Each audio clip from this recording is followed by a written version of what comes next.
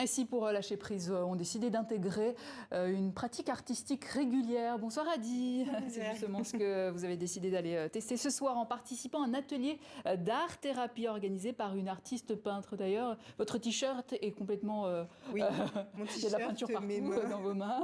J'ai été rencontrer donc cette femme qui m'a fait découvrir que j'avais une fibre artistique. Je m'en doutais, mais là j'en suis sûre.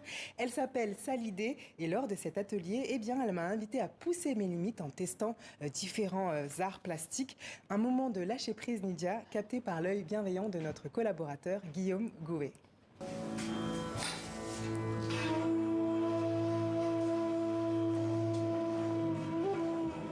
Salut. Salut Caddy. Ça va? Et toi? Bien. Il est beau ton atelier. Bienvenue. Si. La première chose que je demande à mes participants, c'est de se présenter et de me parler un peu de leur rapport à l'art. S'ils en ont déjà fait, pas, est-ce qu'ils aimeraient en faire, qu'est-ce qui les empêche d'en faire aussi? Non, il n'y a rien qui m'en empêche, mais je pense que j'ai pas eu l'occasion ou qu'au quotidien, il n'y a rien qui m'y oblige non plus.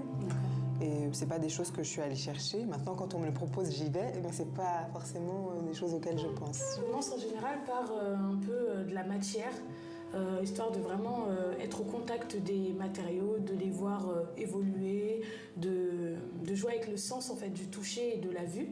Donc là, tu as à ta disposition de l'aquarelle, du crayon aquarellable, de la pastel sèche et de la pastel à l'huile. Donc n'hésite pas à me poser des questions s'il y a des outils que tu ne connais pas ou que tu appréhendes. D'accord. On va commencer par un outil qui te, là, comme ça, qui te fait de l'œil. Bah, je reprendrai le crayon. Crayon aquarellable? Ouais, pour moi, c'est assez basique, c'est ce que je connais en tout cas. D'accord.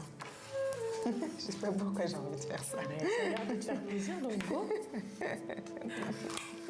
Mais qu'est-ce que ça veut dire? Ça veut rien dire ce que je fais. Et justement, faut pas se poser trop de questions, faut vraiment être dans le... Après, je sais pas dessiner. Et pareil, pour moi, c'est abstrait en fait.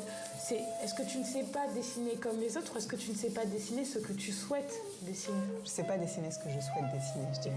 Qu'est-ce que tu souhaites dessiner? Bah, j'aimerais bien dessiner comme toi. Je suis pas sûre que je saurais dessiner comme elle, mais en tout cas, en fin d'atelier, pour aller plus loin dans le lâcher-prise, Nidia, elle m'a proposé de me lever de mon siège pour peindre debout et sur une vraie toile.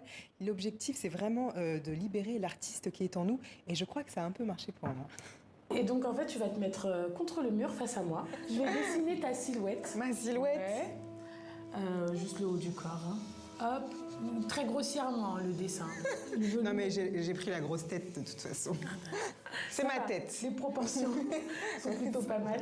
Du coup, ici, je te mets à disposition de la peinture acrylique. Je te mets à disposition, comme dans un buffet, des couleurs acryliques. Tu choisis, tu les mets sur ta palette.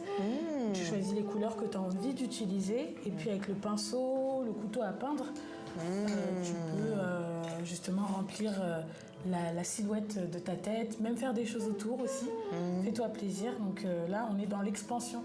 Quand on est debout, en général, ces exercices, c'est vraiment pour travailler un peu le mouvement des bras et travailler sur des grandes surfaces avec ce côté un peu l'art sans limite en fait. Souvent on est restreint par des petites zones, des petites feuilles.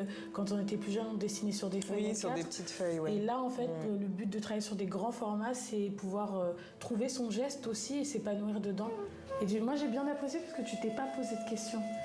Tu y allais vraiment un peu à l'instinct, de manière très spontanée, sans te poser de questions. Et je pense que c'est un bon début pour appréhender ton parcours artistique. Voilà le résultat. Ben c'est vous, Radi, côté très artistique et spirituel aussi, je trouve. Merci, Radi, à demain. Excellent titre de programme. À vous tous.